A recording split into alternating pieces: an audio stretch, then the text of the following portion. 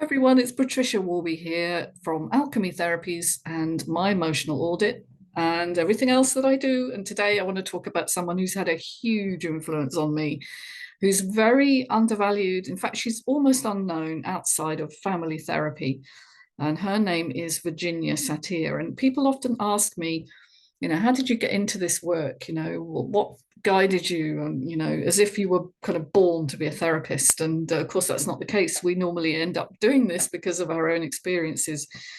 And that's very much the case for me. Obviously, I've talked about that many times. I'm not going to go over what happened to me. And there's plenty of videos in my channel about how I got ill and what I had to do to get well.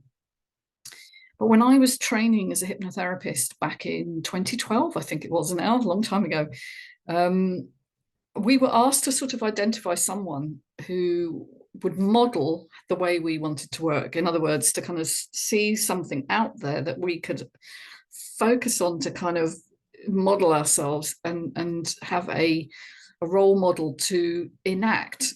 Before we got confident, that's a good as if frame. They call it an as if frame. So you model yourself on someone to kind of pretend in a way, but in a good way, that you can kind of get into the flow of the kind of work you wanted to do.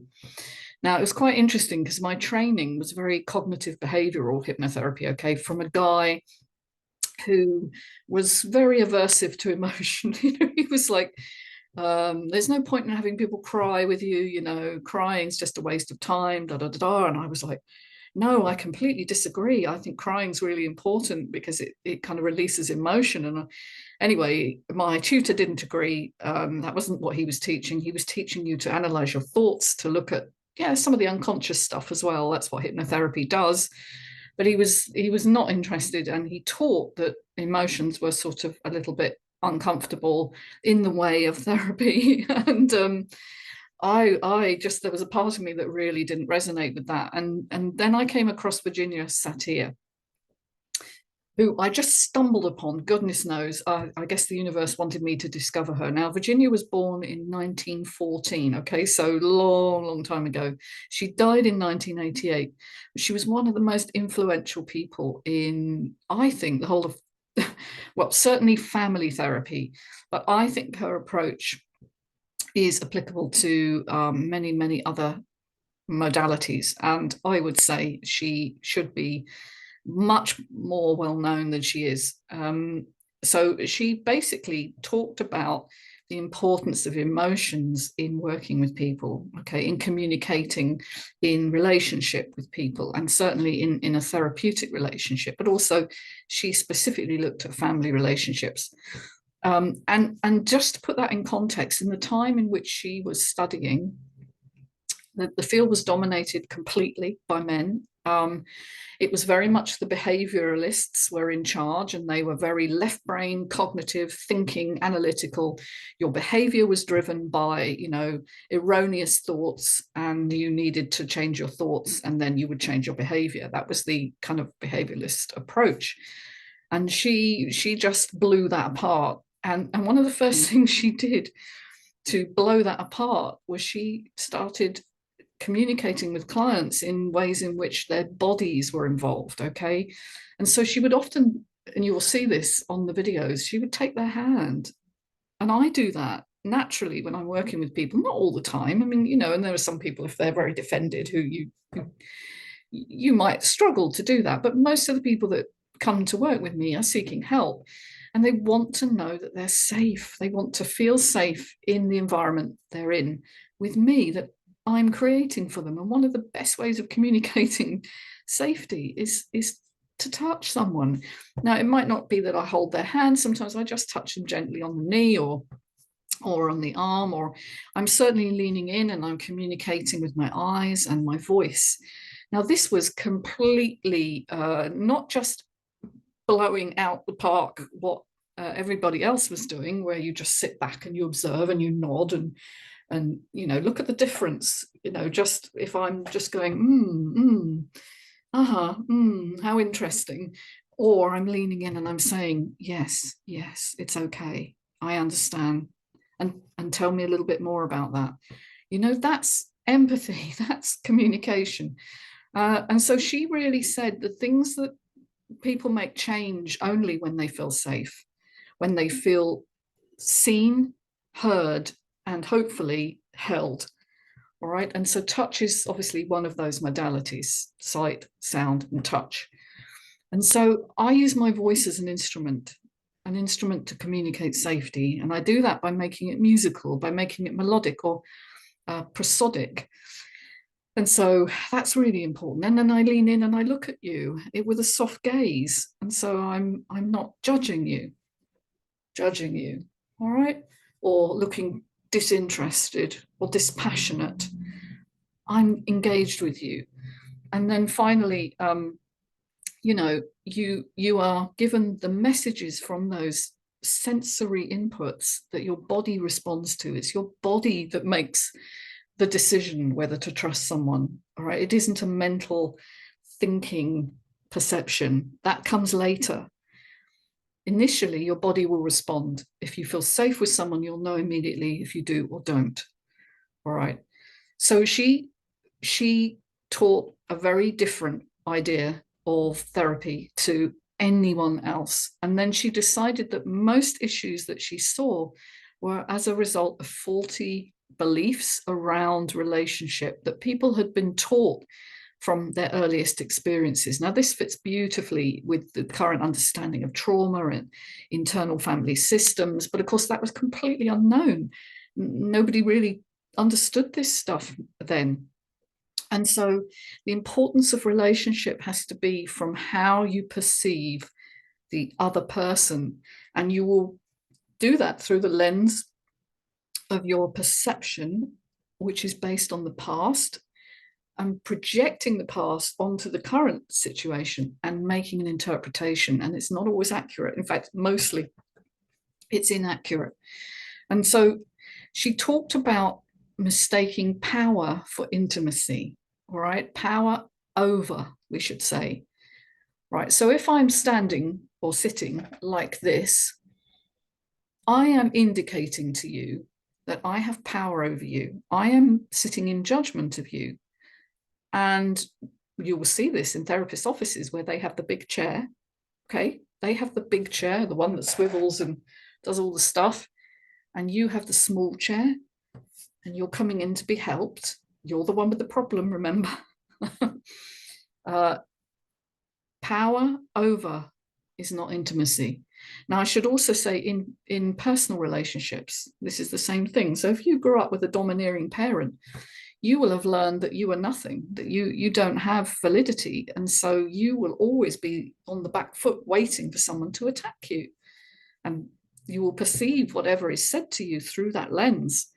And you never think to ask yourself, is what I'm perceiving accurate? And you could ask the person, is this what you mean? But people seldom do ask that. They usually just leap to an assumption and react accordingly. Okay, if you grew up with a parent who didn't set boundaries, you don't know where you are in a relationship. You don't know what's outside of you and what's inside you, what's yours and what's not yours. And so you will leap to take over and kind of interpret for people, which is my problem, definitely my pattern, instead of just being and allowing the person to be different to you. Okay. So mistaking power for intimacy, she says, is psychological death. All right. And it's death of the relationship. Okay. Because if there's a power imbalance, you are not relating as peers. Now, whether that's a love relationship or a relationship with a parent or a child. Now, obviously, when a child is young, you wouldn't expect a peer relationship. And in fact, that's inappropriate. But when the child grows up, many people are still relating to their children, and parents and children are still relating in exactly the same way as they did when the child was young. And so it's really disempowering to feel that you are not valid in the eyes of another person. And that anger gets sublimated or repressed into your body, and it comes out in all sorts of symptoms. Let's explain what I mean by that. So you are furious that you're not being heard, you're not supported, you don't feel safe. but you have no way of escaping or expressing that because you're stuck in a relationship that's always been the way it is.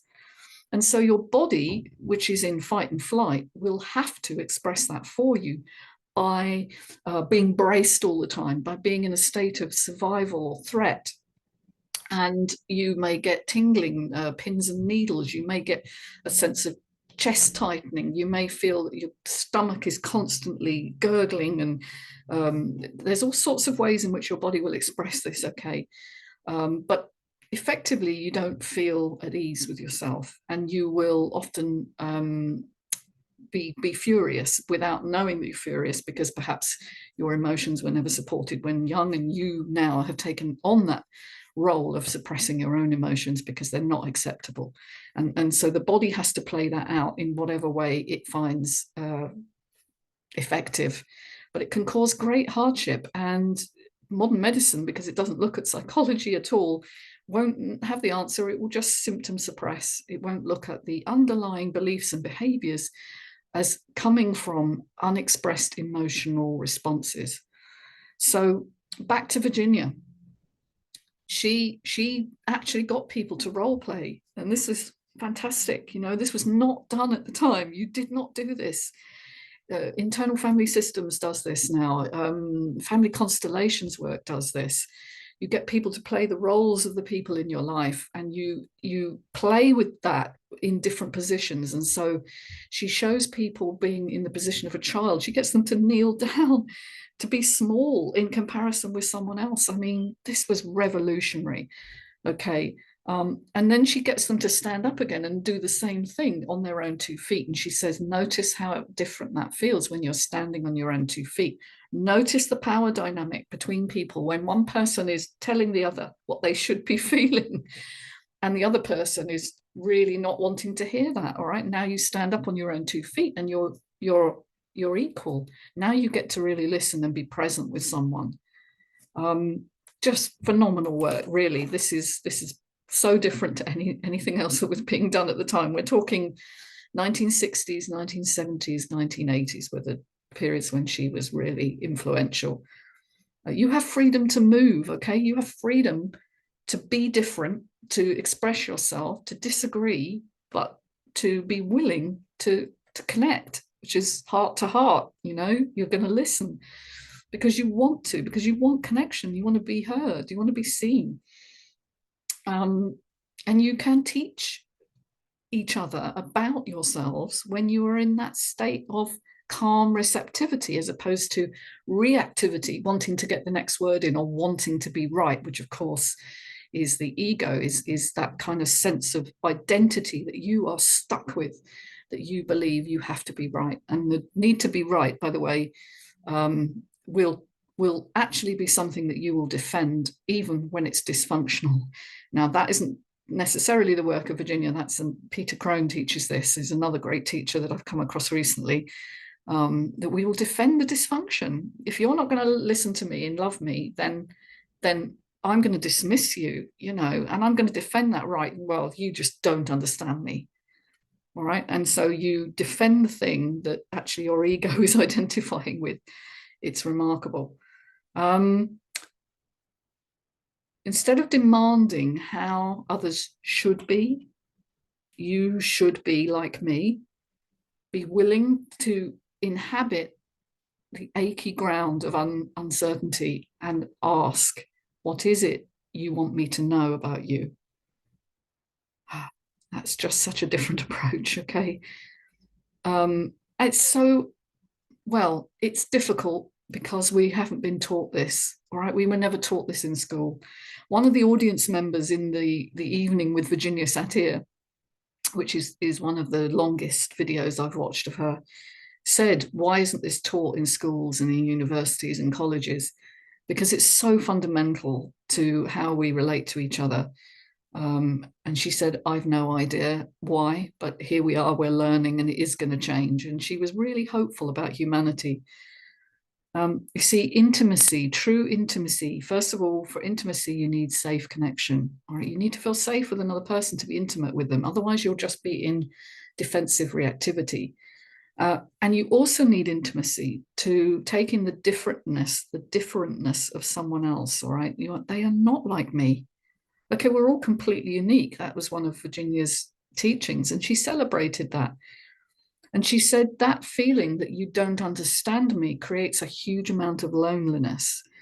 And how do we deal with loneliness? We become addicts. Whether that's traditionally addicted to drink, drugs, shopping, sex, whatever, or we numb ourselves with pointless consumerism, which is what the world is based on now, even with young children. And you have to have this perfect mask to the world where you have to look perfect and do what everyone else does. I mean, that's not living. That's not real life. Okay.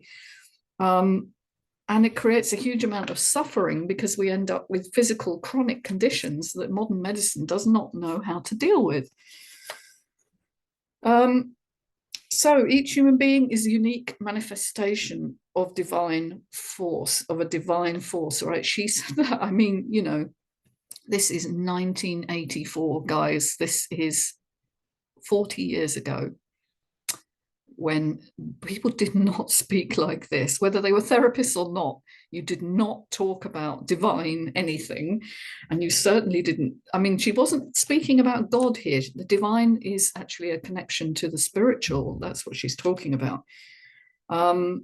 She talked about privacy, the importance of having a place for me in your life, for yourself, where you get to explore yourself rather than always expecting kind of to have to be dealing with external things. That you need time for you, so that your yeses have real power, because you've thought about them, because you've determined what you want, and because your no's are accepted. Okay, Gabor Mate has talked about that a lot more recently. We ask to be heard by someone, all right? And we allow for the fact that that may be difficult, and it will make us feel new because we're not used to it.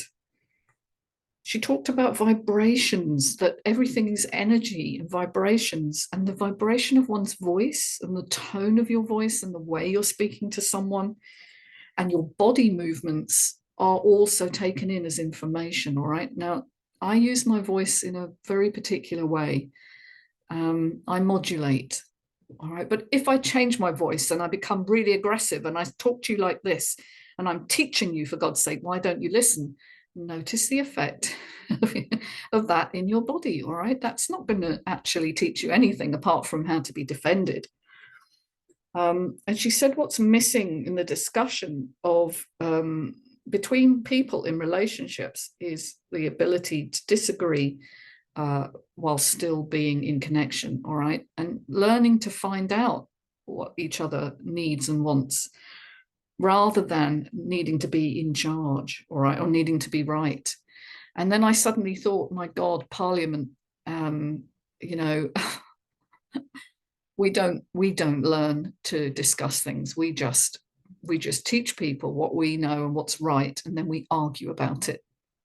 No wonder we're in the state we're in. When we come into true connection with someone, we allow for their difference without needing to change that. All right, and then we look for the common factors where we're actually having proper communication. And in doing that, we gain energy. All right.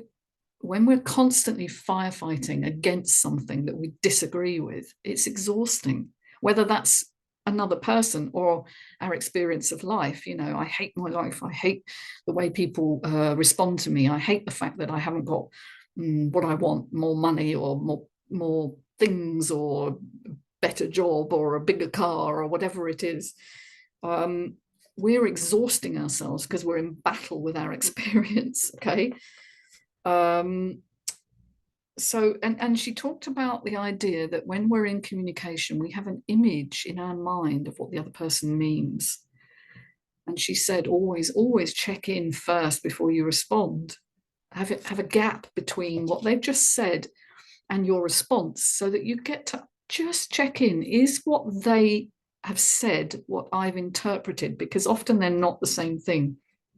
And she used to drag people from the audience when they ask a question. How about this? All right, you're in a conference and you put your hand up, you want to ask a question. Now, most people will take the question from where they are on the stage and you're in the audience. Virginia didn't do that. She would say, come up and ask me. And she would take their hand and she would say, now, what is it you want to ask? I mean, and most people were like, whoa, okay. But they really, really benefited from it, because then she would say, well, tell me about what you're seeing when you ask that question. And then you would get the information that you needed to answer it. Okay. I'm not going to go into that in detail. I'm going to reference the actual original video. Be aware, sound quality is pretty poor, but watch how she does that right at the end with questions and answers. And she gets people to actually elucidate what they're meaning by that. And God, I'm definitely going to use that a lot more, not assuming that I know what they mean, but just asking, is this what you're asking me? Can you tell me what you're seeing when you're asking me that? We don't always know what it is that we know, all right? And we don't always evaluate that, what we've learned in life, and we assume that other people are fixed too. And yet they may know an awful lot that we don't know. And we may be able to learn from other people. But if we don't ask, what are you meaning by that? And can you explain that a little bit more? We don't get their perception in an accurate form. And so we're just blindly trying to respond to things that we don't have an accurate picture of. So I just think this is incredible. It's okay to make mistakes as well. It's okay to not know. It's okay to blunder around a little bit and admit your vulnerability. This is something I've been teaching this week to somebody, and it was such an important learning for me, because I grew up very defended and thinking I had to know the answer to everything. And if I didn't know the answer, I was weak or stupid, and I didn't dare to be weak or stupid. So I never admitted my own unknowing. And you don't need to make someone do something. You don't want to make them like you. All right, you don't need to do that. Actually, the best way of getting the result you want is to understand the other person's perspective and feel that connection with them and say, well, that's interesting. I didn't know that. That's not how I perceived it, but how interesting that you see things that way. And you come then from a place of connection and compromise and the willingness to be seen in your unknowing. All right, uncertainty is a very difficult thing for most of us. We want to know, we want to fix, we want to have a strategy. And emotions aren't like that. They can hijack us at any time. They can come up and teach us something. They're always there to teach us something about where we are out of alignment with ourselves. Peter Crone talks about this, and all the situations in your life are there to teach you where you are not free. That's what he says. Great teacher, another Brit, as it happens, living in America. His recent conversation with Rangan Chatterjee was one of the best I've witnessed, actually. And again, I'll put that in the description in the show notes. So be aware, folks, that there are answers out there, that it's not about thinking, it's about feeling. It's 90% of everything you do. You just don't know it. And be willing to say, I need help, I need support, I need some way of getting outside my own fixed boundaries of who I am and what I need to be doing, and get into feeling your way through. So Virginia was a great influence on me. I have to admit, I'm breaking boundaries. I think I am. I work in a very particular way with people. Because I work online, touch is often inappropriate. It's impossible, not inappropriate, it's impossible. But I communicate in all the other ways that I'm able to. And then I get people to self-soothe using self-touch, which is something called havening, okay, which you can do now with me. just listening to this, before we say goodbye, I matter. I'm here and I'm learning, and that's enough. And take a breath. All right, well, if any of this that I've spoken about today is of interest to you, please get in touch. Know that you're worthy, and you deserve to live life wholeheartedly. So take care of yourselves. Bye for now. Bye-bye.